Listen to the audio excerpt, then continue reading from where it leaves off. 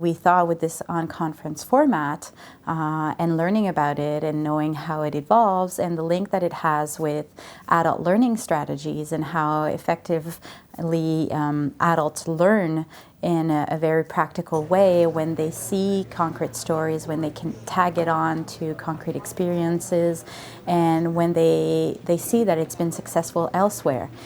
So that actually motivates them to try and start new things. So this whole on-conference format actually allows for that linking between the concrete stories and the action, and people actually have a say in the topics that they see as being important.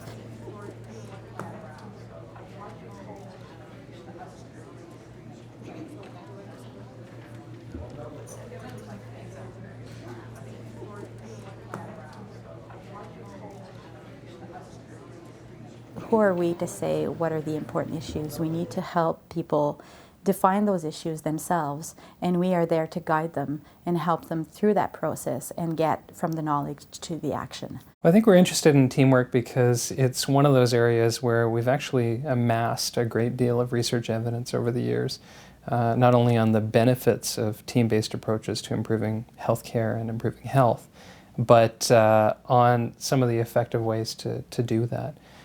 The challenges that I think, while research funders and researchers have done a great job of synthesizing and summarizing the evidence around the positive effects of teamwork, research doesn't provide all the answers for those that are actually looking to implement this as a strategy for improving health.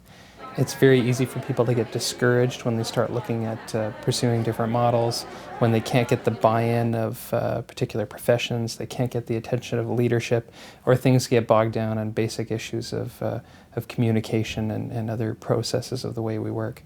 So what we wanted to do is to say to those that are trying to do this in Canada, that are trying to build teams on the ground, we can connect you with others that have confronted some of the similar barriers that you're facing in trying to do this in your workplace.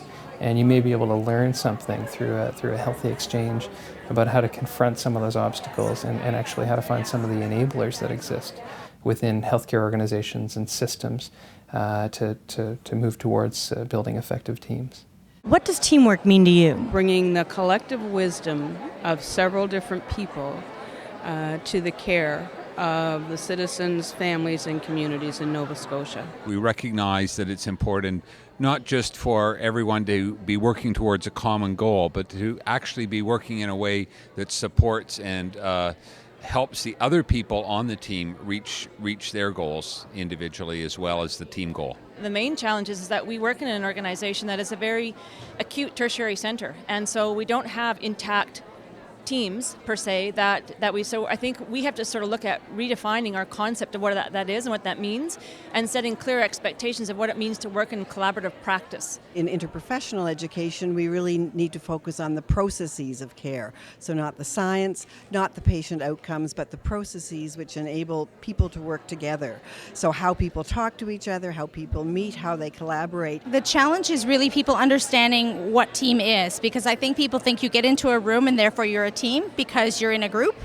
And I think it's really, the challenge is trying to get people to move past the actual physical structure to the respect, understanding each other's role, and believing in that to make that change. Well, I thought there were techniques here, as we are using a lot of the circle techniques in our organization now, that I could get some hints on how to engage, particularly the physicians, in a little different way.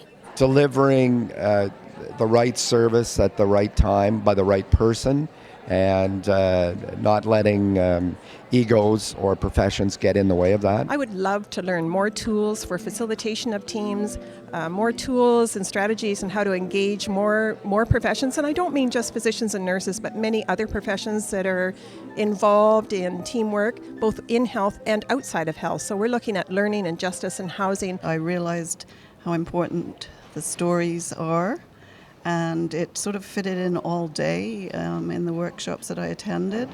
Our stories are vitally important, and I think it's how all of this happens with people, patients, and the people working with them, the healthcare people working with them, telling stories and sharing stories and listening to stories.